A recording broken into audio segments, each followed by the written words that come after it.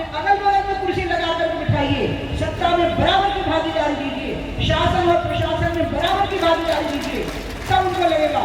तो उन्होंने मुझे कहा, अलग बिठाया गया, फिर मुझे थोड़ी देर मेरी काउंसलिंग की गई, तो लगा कि पहलिया गई है, कुछ हो गया है, ऐसा इसको द्वारा सा पड़ जाता है, फिर बागी सी हो जाती है। तो फिर उनको पता था इसको कुछ काट करके बच्चे की तरह शांत करना पड़ता है। तो उन्होंने मुझे कहा कि अपने यहाँ तो दलित नेता है, अपने यहाँ तो पिछड़े नेता है। मैंने उनको कहा, देखो ये जो आपके दलित और पिछड़े नेता है ना, ये आपकी नजर में दलित और पिछड़े नेता है, लेकिन दलितों को नहीं पता है कि ये उनके नेता हैं, और पिछड़ों को नहीं पता है कि उनके नेता हैं, क्योंकि इन दलित नेताओं ने दलितों के लिए संघर्ष नहीं किए हैं, इन पिछड़ों ने पिछड़ों के लिए संघर्ष नहीं किए हैं। आपने इनको टीका लगा कर बिठा दिया है कि ये रहा दलित नेता, ये रहा पिछड़ा नेता, और वो आप लोगों की जय काट करता रहा, तो आपको लगा हो गया हो गया। ऐसे नहीं होता, अगर उनका वोट चाहिए तो हो गया नहीं होगा। आप बिठाओ, तब रामराज की स्थापना होगी। शबरी के राम ने देख खाए, केवट के राम नाव चढ़े, केवट के नाव चढ़े थे राम, और बंदर और भालू का सहारा लिया, लेकिन वो जमाना था तो रामराज आया था। अब अगर रामराज आएगा तो शबरी बगल में कुर्सी मांगेगी, केवट बगल में कुर्सी मांगेगा, बंदर और भालू अयोध्या में ही आकर के बसेंगे, भले ही लंका में नहीं जाएंगे विभीषण के निमंत्रण पर। बराबर की भागीदारी सत्ता में, शासन में, प्रशासन में, सब जगह पर बराबर की निर्णायक भागीदारी, जो आंखों से दिखाई देती है निर्णायक भागीदारी है, वो भागीदारी जब होगी तब ना ये समाज पीछे आते होंगे। और इस बात का अटल जी ने बहुत सम्मान किया। और मैं आपको बताऊं, आज अटल जी इस दुनिया में नहीं है, तुम कहीं हो मगर तुम ही तुम हो। ऐसे लगता है वो नहीं है, लेकिन वही वही है। उन्होंने कहा उमा ठीक तो कहती है, बिल्कुल ठीक कह रही है, और बेटा इसको स्टैंडिंग कमेटी को भेजते हैं तो तुम इसका अध्यक्ष बनाने का प्रस्ताव देते हैं। तो इतने में मेरा विरोध हो गया इस बात के लिए कि अगर इसको स्टैंडिंग कमेटी का अध्यक्ष बना देंगे तो एक ही बात कहती रहेगी, इसलिए ऐसे व्यक्ति को स्टैंडिंग कमेटी का अध्यक्ष बनाओ जो इस बात को ना कह रहा हो, न्यूट्रल हो। तो डॉक्टर गीता मुखर्जी को फिलहाल में उसका अध्यक्ष बनाया गया। वो बात आज तक चल रही है। तो अयोध्या का मंदिर हो, हुगली का तिरंगा हो, आपकी इज्जत जहां गांव पे लगी वहां ये शीश गांव पे लग गया था, लेकिन आपकी मूंछ नीचे नहीं होने। इसका ध्यान रखा कि आपकी मूंछ नीचे न हो पावे। तिरंगा फहराने की चुनौती थी, और जब तिरंगा फहरा के हुगली से लौटी तो दिल्ली के हमारे बहुत लोग मरे थे। हमने भी गोलियों का सामना किया था कर्नाटक में, हुगली में। लेकिन जब हम दिल्ली पहुंचे तो अटल जी और अडवाणी जी दोनों मुझे लेने आए, और बहुत प्रेम से अटल जी ने मेरे सिर पर थप्पी मारी और कहा, बेटा आ गई तिरंगा फहरा के हुगली में। मैंने कहा, बाप जी आगे कहोगे तो लाहौर और कराची पर भी तिरंगा फहरा करके आना, आप कहोगे तो लोग क्या करना है। इसलिए किसी की तरफ से कोई कमी नहीं रही है। ये जितने पीछे बैठे हैं इनकी तरफ से कोई कमी नहीं रही है। लेकिन क्या करें, ये इनका दोष समझ लो या इनका गुण समझ लो, कभी ये दोष बन जाता है, कभी गुण बन जाता है। और कोई ये है कि ना चापलूसी आती है ना साजिश करना आता है। तो साजिश करने वाले लोग का शिकार हो जाते हैं, और चापलूसी करने वाले लोग उनके सिर के ऊपर खड़े हो जाते हैं, और उसी का एक परिणाम निकलता है।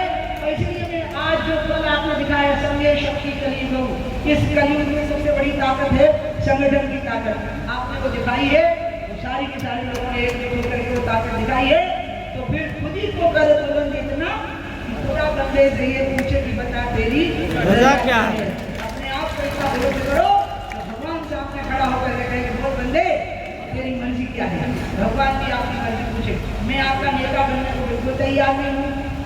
मैं मेरे अंदर कोई गुण नहीं है, मुझे अकल ही नहीं है बिल्कुल। मैं सच्ची बता रही हूँ। जब मैं आंसू पहुँचती हूँ तो मुझे जाति पता नहीं होती। जब मैं रोटी खिलाती हूँ तो मुझे जाति पता नहीं होती। जब मैं कंबल बांटती हूँ तो मुझे जाति पता नहीं होती। जब किसी के लिए मैं लड़ पड़ती हूँ या सड़क पर घायल खड़ा देखती हूँ मुझे जाति पता नहीं होती।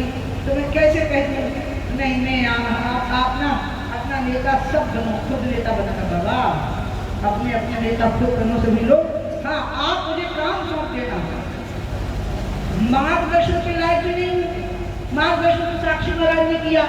वर्मा जी इतने बड़े ज्ञानी हैं, सच्ची में आपको पता नहीं वर्मा जी कितने पढ़े लिखे हैं। पीएल वर्मा जब मेरे भोपाल में मेरे घर में आए तो मैं तो रह गई, अरे बाप रे, और आपको पता नहीं कितना पढ़ी हूँ।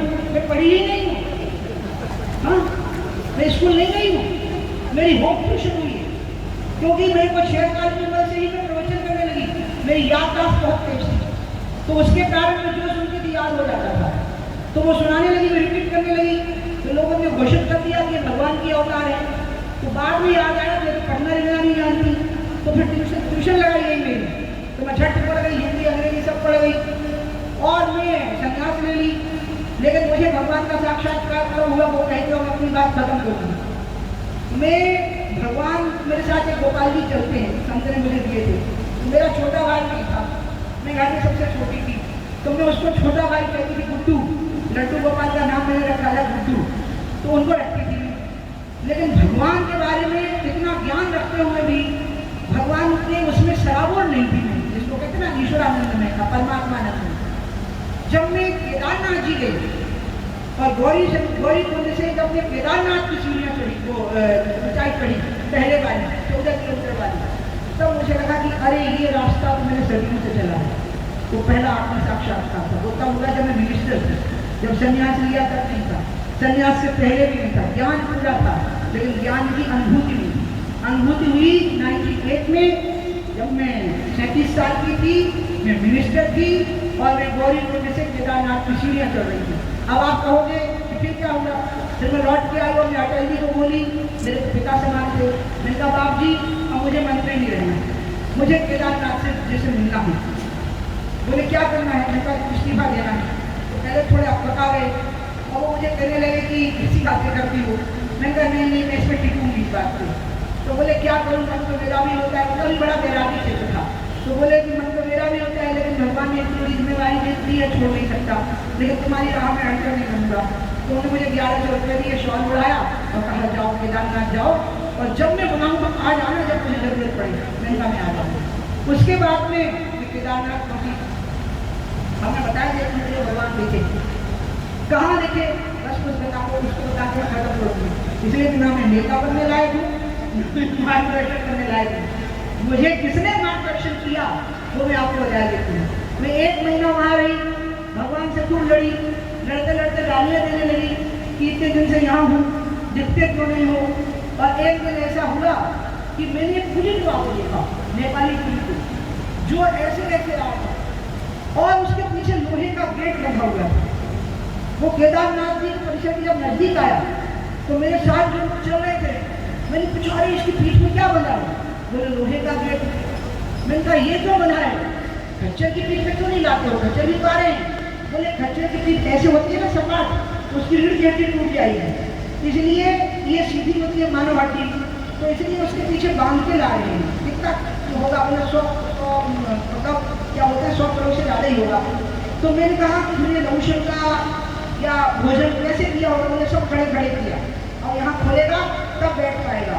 मैं तो देखती रह गई कि जो खच्चर नहीं कर सकता वो इंसान से करा रहे हैं। तो मुझे लगा अरे यही तो भगवान है, यही केदारनाथ है, इसी में भगवान है, इसी में केदारनाथ है। ऐसे लगा जैसे भगवान मुझे दिखा रहे हो कि तुम मुझे देख नहीं पा रही हो, ये मैं ही हूँ। जो खच्चर की पीठ में नहीं हो सकता वो एक इंसान की पीठ पर बांध कर उसको चलाया जा रहा है, क्योंकि उसको उसमें दिन भर की कमाई 200 रुपया मिलेगी, इसलिए वो चल कर के आ रहा। नेपाली पुलिस था वो।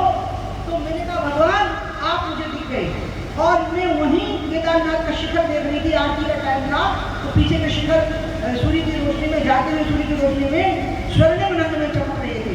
मैंने उधर देखा और मैंने कहा भगवान तो मुझे दिख गए, मुझे कण-कण में तुम दिख गए, इसमें भगवान दिख गए जो अपनी पीठ में लोहा का गेट बांध के चला है। और जब तक जीऊंगी तब तक राजनीति करूंगी इस आदमी के लिए जो लोहे के गेट बांध करके चल रहा है, और कभी राजनीति नहीं छोड़ूंगी, इसलिए राजनीति करूंगी, इसी के लिए जीऊंगी, इसी के लिए मरूंगी, ऐसे ही लोगों के लिए जीऊंगी, ऐसे ही लोगों के लिए मरूंगी, ये सोच के आ गई। इसलिए मेरा मार्गदर्शक तो खुद ही एक कुली था जो अपनी पीठ के पीछे लोहा बांधे था, और मुझे उसी में केदारनाथ जी दिखाई दिए थे।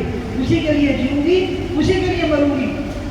आप में से जो भी ऐसे होंगे, चाहे वो किसी भी वर्ग के होंगे, किसी भी जाति के होंगे, मैं आपको प्रॉमिस करती हूँ अगर मैं आरती में भी जा रही होंगी और कोई रोता हुआ सामने खड़ा हो जाएगा कि मेरे साथ अन्याय हुआ है, तो मैं एक ही बात कहूँगी, या मेरे खुदा मुझे थोड़ी सी जिंदगी दे दे, उदास मेरे जनाजे से जा रहा है, कोई मैं आपकी तोड़ के खड़ी हो जाऊंगी, आपके लिए खड़ी हो जाऊंगी, हर कोई खड़ी हो जाऊंगी। वो काम मैं करती होंगी, आप क्या क्या मानती होंगी, आपकी इज्जत गिरने नहीं दूंगी, आपकी कुछ झुकने नहीं दूंगी, और एक बस आपको एक प्रॉमिस करती हूँ, बाकी ना तो मैं आपकी नेता हो सकती हूँ, आपके यहाँ बहुत बड़े बड़े नेता जन्मे हैं, ना कि मार्गदर्शक हो सकती हूँ, बिल्कुल यहाँ पर उनको भूजा भरा हुआ है और दिल से चलती हूँ, दिमाग से चलती नहीं हूँ। दिमाग जो पूरी तरह से ओवररूल कर, दिल पूरी तरह से ओवररूल करता है मेरे दिमाग को। ऐसा आदमी ऐसे ही होता है जैसे मैं हूँ प्रोडक्शन टाइप का, इसलिए इसमें जितना काम चले आप लोग चलाना। अब जब तक जीऊंगी आपके लिए जीऊंगी, आपके लिए मरूंगी। जीऊंगी ऐसा कि आप गर्व करेंगे और मरूंगी भी ऐसा कि आप गर्व करेंगे। इन्हीं शब्दों के साथ मैं धर्मपाल जी को बहुत बहुत वंदना करती हूँ इतने अच्छे कार्य के लिए, अवंतीबाई जी के जन्म दिवस के लिए, अटल बिहारी वाजपेयी जी के जन्म दिवस के लिए और बातें बिहारी